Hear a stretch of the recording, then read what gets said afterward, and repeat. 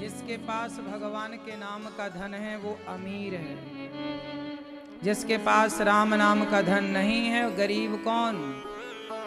जो भगवान में मन नहीं लगाता, जिसका मन संसार के भोगों में लगा है, जिसका मन संसार में ही उलझा पड़ा है, जिसका मन निंदा चुगली में लगा है, वो गरीब है। लेकिन जो भगवान की कथाएं सुनता है, भगवान का दर्शन करता है, भगवान का नाम जपता है, भगवान का ध्यान करता है, वो अमीर है। तुम्हारा मन प्रभु में लग रहा है, ये बड़ी अमीरी है। इसलिए आप बहुत धनवान हैं। आप इतने धनवान हैं कि देखो आपको रोज कथा की गंगा मिल रही है। सेवा कथा रसमहो नितराम पिबत्वम। सेवा और कथा दो चीजें मिल जाएं जीवन सफल हो जाए। एक तो भगवान की कथा और दूसरी सेवा। सेवा मिल जाए भगवान के भक्तों की या भगवान की सेवा मिल जाए। एक राजा की पत्नी थी, बहुत बड़े राजा थे।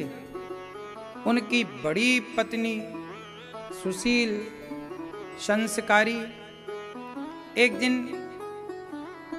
राजा ने कहा चलो प्रयागराज चलते हैं। तो प्रयागराज राजा आए, अपनी पत्नी पालकी पर बैठ के आई, सारी सेना सिक्योरिटी सब।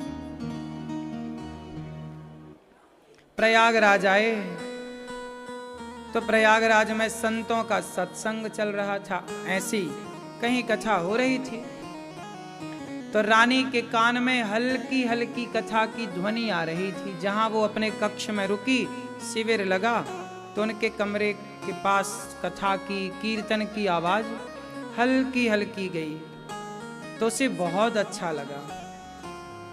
उसने अपने पति से कहा प्राणनाथ, लगता है अगल बगल सत्संग चल रहा है संतों का, आप आज्ञा करें तो मैं सत्संग में चली जाऊं। राजा बोले ना।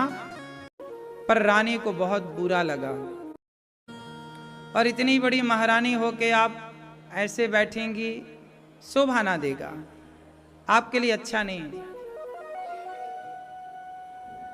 पति ने मना कर दिया, बोले आप रानी हैं, आपको सब जगह नहीं जाना चाहिए, आपके हिसाब का नहीं, सत्संग चल रहा कोई बात नहीं।